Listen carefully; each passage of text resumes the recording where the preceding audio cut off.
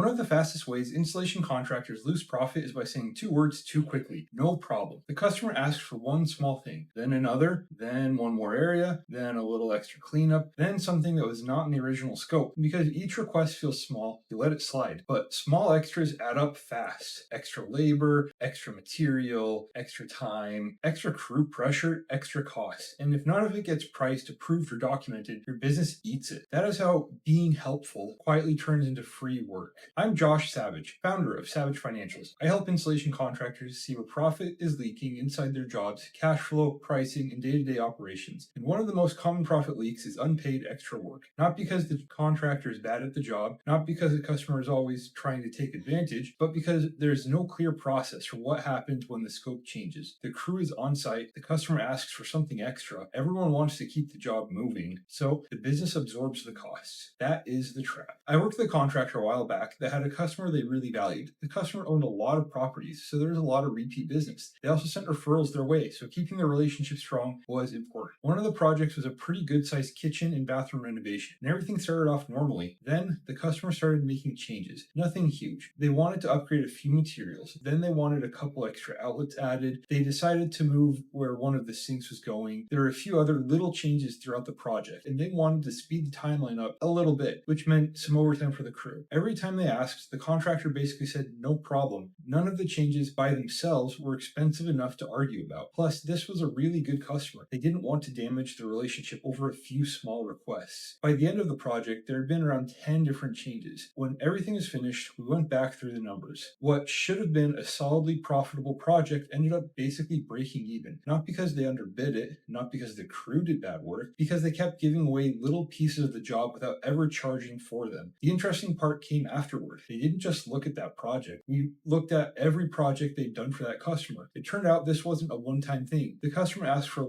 little changes pretty regularly. Usually it wasn't enough to notice on any one project, but over time it had cost the contractor a surprising amount of money. So we changed the process. Every change had a price attached to it. Before the next project, they sat down with the customer and explained exactly why. They didn't make it about making more money. They made it about maintaining the quality of the work, keeping schedules realistic, and making sure every project had the time and resources it needed to be done right. The customer actually understood. Their response was basically, if they're just small changes, why do they matter? The contractor explained that the changes were small too, but it wasn't about punishing anyone. It was simply making sure the extra labors, materials, scheduling changes, and overtime that came with those requests were reflected in the project instead of being absorbed by the business. They essentially explained that it was a two-way relationship. That one change reduced the estimate overruns by about 5%. In construction, that's a really meaningful improvement. I think this is one of the easiest ways for a profitable project to quietly become an average job. Most contractors don't intentionally give work away. They're trying to be helpful. They're trying to keep a good customer happy. They're trying to avoid turning every little conversation into a negotiation. The problem is that every change has a cost. It might be another hour of labor.